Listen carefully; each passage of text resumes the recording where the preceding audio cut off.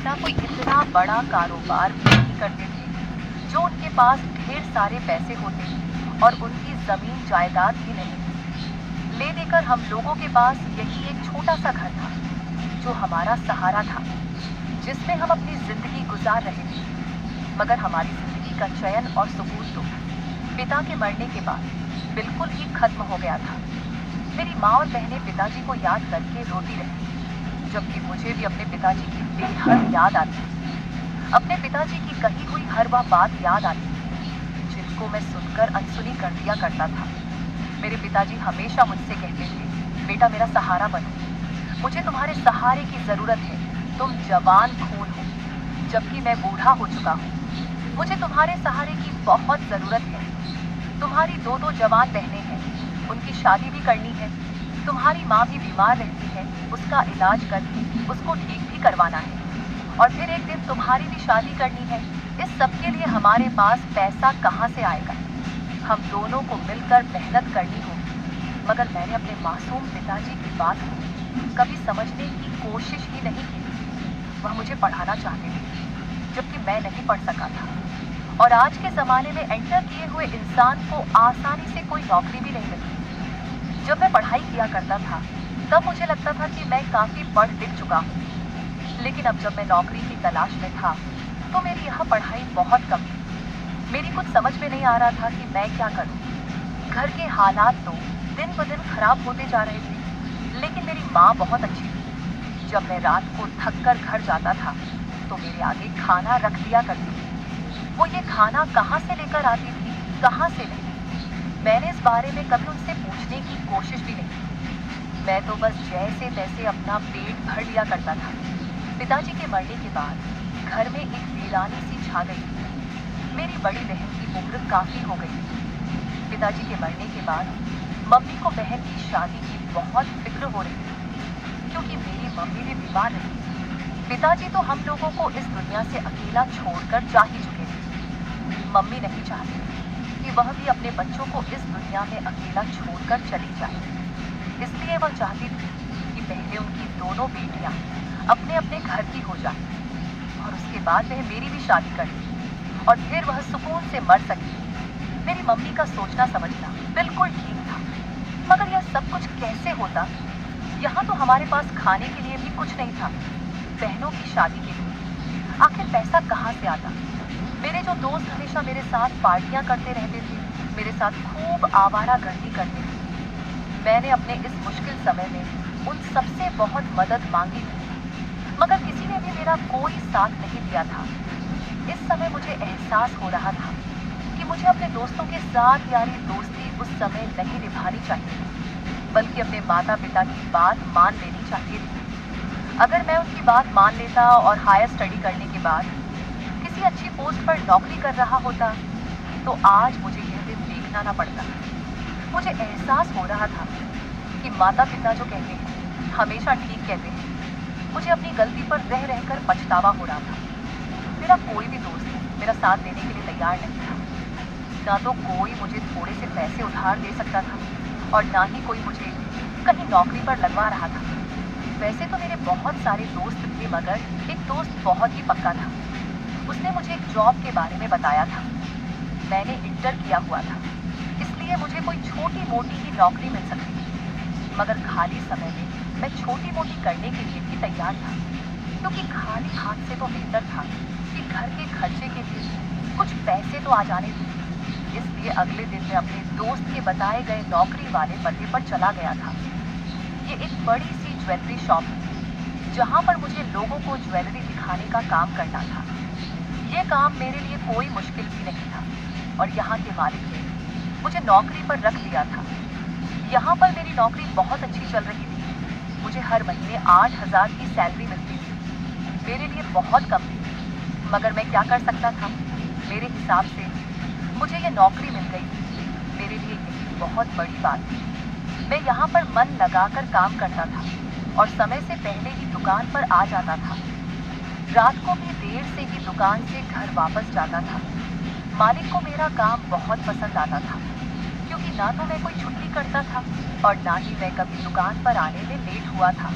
मालिक के पास हर तरह के सोने के जेवर थे हजारों रुपयों से लेकर लाखों करोड़ों तक के गहने मालिक की दुकान पर मौजूद थे, क्योंकि उनकी दुकान हमारे शहर के पॉपुलर ज्वेलर्स की लिस्ट में आती थी। उनका बहुत बड़ा नाम था और वह बहुत अमीर थे। मगर मैंने देखा था कि मालिक हमेशा बहुत परेशान रहते थे। उनकी परेशानी की क्या वजह थी, मैं कभी इस वजह को समझ नहीं पाया था।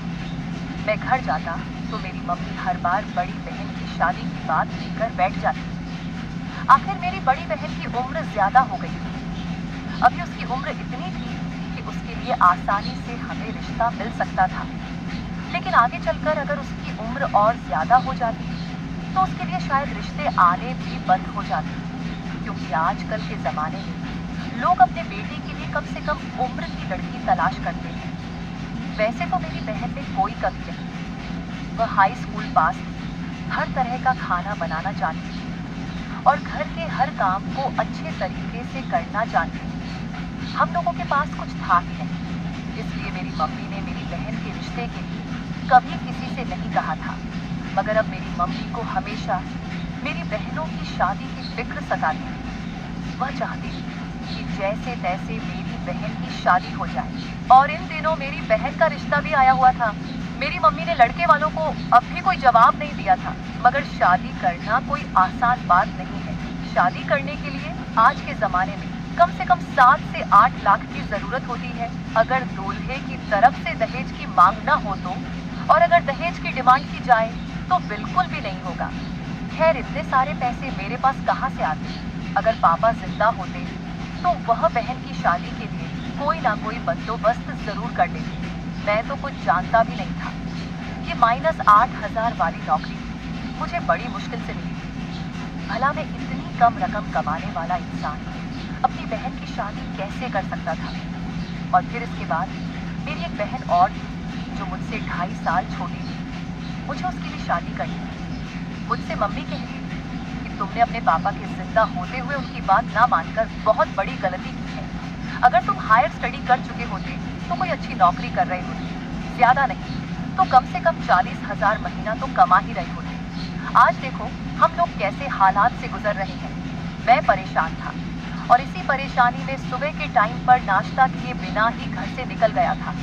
मुझे ज्यादा नहीं तो कम से कम अपनी बहन की शादी के लिए 5 लाख की जरूरत तो थी। आज के जमाने में कोई ऐसा इंसान भी नहीं है जो किसी की बेटी लेने के बाद यह कह सके कि हमने आपकी बेटी ले ली। इसका मतलब कि हमने आपकी जमा पूंजी ले ली, हमें आपकी बेटी के अलावा कुछ नहीं चाहिए। ऐसा तो फिल्मों और सीरियल्स में होता है। रियल लाइफ में तो लोगों को बहू के साथ साथ ढेर सारा दहेज भी चाहिए होता है और फिर ज़ेवरात भी। मैं बहुत परेशान था और इसी परेशानी में शॉप पर कस्टमर हैंडल कर रहा था। मालिक ने मुझे परेशान देखा तो मुझसे मेरी परेशानी की वजह पूछने लगे। उस समय मेरे अलावा वहाँ पर कोई भी नहीं आया था, क्योंकि सारे ही लड़के देर से आते थे और मैं समय से पहले ही दुकान पर पहुँच जाता था। गार्ड मुझे दुकान खोलकर दे दिया करता था और मेरे पहुँचते ही मालिक भी आ जाते थे। मैंने मालिक को अपनी परेशानी के बारे में बता दिया था। मेरी परेशानी सुनकर मालिक मुस्कुराए थे और कहने लगे कि तुम्हें परेशान होने की जरूरत नहीं है। मैं तुम्हारी कंडीशन समझ सकता हूँ, मैं तुम्हारी मदद कर सकता हूँ। तुम्हें अपनी बहन की शादी के लिए 5 लाख चाहिए ना, मैं तुम्हें दे दूंगा। कल तुम मेरे घर से आकर मुझसे 5 लाख ले जाना। मैंने कहा मालिक, लेकिन मैं इतनी बड़ी रकम आपको कैसे चुकाऊंगा, जबकि मैं तो महीने में मुश्किल से 8 या 10 हजार ही कमा पाता हूँ। मैं तो आपका कर्ज सारी जिंदगी भी नहीं चुका सकता। तो मालिक हंसने लगे और कहने लगे, अरे मैं तुमसे इतनी जल्दी पैसे नहीं मांग रहा। तुम अपनी सैलरी में से थोड़े थोड़े पैसे कटवाते रहना, और वैसे भी तुम मेरी दुकान पर काम ही कर रहे हो। जब तक काम करते रहोगे पैसे कटवाते रहना, और वैसे भी तुम बहुत मेहनती लड़की हो। धीरे धीरे तुम्हारी सैलरी यहाँ पर बढ़ती जाएगी। तुम आराम से अपनी बहन की शादी करो। आखिर तुम्हारे पिता इस दुनिया में नहीं है।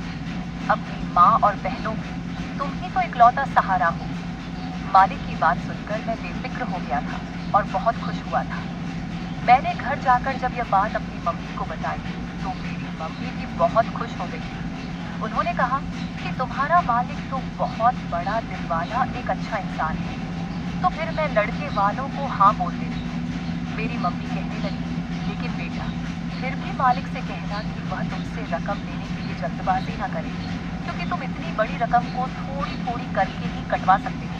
अगर उन्होंने पूरी रकम हमसे अचानक कभी मांग ली तो हम लोग उन्हें इतने ढेर सारे पैसे कहाँ से लाकर देंगे। मैंने मम्मी से कहा कि आप बेफिक्र रहो, मैं मालिक से सारी बात कर चुका हूँ। उन्होंने मुझे कल 5 लाख देने के लिए अपने घर बुलाया है। आप लड़के वालों को हाँ बोल दो और मैं जल्दी ही अपनी बहन की शादी करना चाहता हूँ। अगले दिन जब मैं मालिक के पास उनसे 5 लाख लेने के लिए गया तो उन्होंने मुझे पैसे दे दिए और कहा था कि तुम यह पैसे मुझे आराम से दे सकते हो, मुझे किसी तरह की कोई जल्दी नहीं है। मैं खुशी खुशी वो पैसे लेकर अपने घर आ गया था। मैंने जैसे ही पैसे अपनी माँ के हाथ पर लाकर रख दिए तो मेरी माँ बहुत खुश हो गई। उन्हें यकीन था कि भले ही उनका बेटा ये पैसे अपनी मेहनत से कमाकर नहीं लाए, लेकिन धीरे धीरे इन पैसों को अपनी मेहनत की कमाई से चुकता जरूर कर देगा। मेरी बहन का रिश्ता तय हो गया था। जल्दी ही मैं अपनी बहन की शादी कर देना चाहता था, इसलिए लड़के वालों को हमने 1 महीने का समय दिया था और इन 1 महीने में मैंने अपनी बहन की शादी कर दी और उसे विदा कर दिया था। अब मेरी छोटी बहन रह गई। मेरी छोटी बहन कहती थी कि वह अभी 1-2 साल तक शादी नहीं करेगी और वैसे भी पहले मैं इन पैसों का कर्ज चुका देना चाहता था।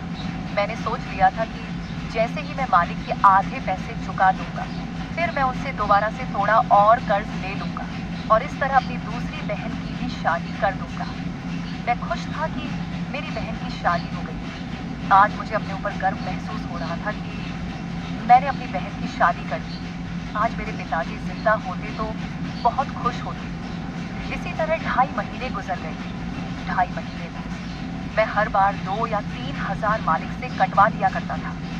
जब थोड़ा और समय गुजर गया तो मालिक ने मुझे पर्सनली अपने घर बुलाया था। मैं मालिक की बात सुनकर चौंक गया था। उन्होंने कहा था कि रात को तुम टाइम पर मेरे घर आना। आज उन्होंने मुझे दुकान से भी जल्दी घर भेज दिया था और मैं अपने घर से खाना खाने के बाद जब फ्री हुआ तो मालिक के घर की तरफ चला गया था। मैं जब मालिक के पास गया तो उन्होंने मुझे बैठने के लिए कहा और मेरी बहुत खातिरदारी की। मालिक कहने लगे कि मुझे मेरे पैसे चाहिए। मालिक की बात सुनकर मेरे पैरों तले से जमीन निकल गई कि आखिर वह कौन से पैसों की बात कर रहे थे। कहीं वह 5 लाख की तो बात नहीं कर रहे थे। मैंने मालिक से कहा कि आप किन पैसों की बात कर रहे हो, तो वह हंसते हुए कहने लगे, अरे तुम 5 लाख को भूल गए क्या, जिनमें से तुम अभी मुश्किल से 10,000 भी मुझे ठीक से नहीं दे पाए हो। मुझे मेरे 5 लाख चाहिए। मालिक की बात सुनकर मेरे होश उड़ गए थे। मैंने उनसे कहा, मालिक आप ये कैसी बातें कर रहे हो? आपने तो मुझे ये कहकर पैसे दिए थे कि आपको पैसों की अभी कोई जल्दी नहीं है और आप हर महीने मेरी सैलरी से पैसे थोड़े थोड़े करके काट लिया करोगे, तो फिर आज आप ये कैसी बातें कर रहे हो? मालिक कहने लगे कि मैं बिल्कुल ठीक कह रहा हूँ। अगर तुमने मेरे पैसे मुझे वापस नहीं दिए तो मैं तुम्हें पुलिस के हवाले कर दूंगा और तुम जानते नहीं कि मेरी पहुँच कहाँ तक है। मालिक ने मुझे एक वीडियो दिखाया था जिसमें मैं मालिक के ही घर पर उनके हाथों से 5 लाख की रकम पकड़ रहा था। ये सब देखकर तो मेरे होश उड़ गए थे और मुझे डर लगने लगा था कि आखिर मालिक मेरे साथ ऐसा क्यों कर रहे हैं। मैंने मालिक के आगे हाथ जोड़ लिए और कहने लगा कि मालिक प्लीज आप मेरे साथ ऐसा मत करो, मैं आपके पैसे आपको वापस दे दूंगा। आप कहेंगे तो मैं सारी रात और सारा दिन आपकी दुकान को अकेले भी संभाल लूंगा, मगर ईश्वर के लिए आप मेरे साथ ऐसा मत करो। मैं आखिर इतने ज्यादा पैसे आपको कहाँ से लाकर दूंगा? जितने भी पैसे आपने मुझे दिए थे वह मेरी बहन की शादी में खर्च हो गए। मेरे पास अब कोई पैसा नहीं है। मालिक कहने लगे, अच्छा ठीक है, तुम्हारे पास इस समय पैसे नहीं है तो कोई बात नहीं, लेकिन मुझे तो मेरे पैसे चाहिए। अगर तुम चाहते हो कि मैं तुम्हें दिए हुए पैसों को भूल जाऊं, तो फिर तुम्हें मेरा एक काम करना होगा। बताओ, मेरा काम करोगे? मालिक की बात सुनकर मैंने बिना कुछ सोचे समझे ही उन्हें हाँ कह दिया था।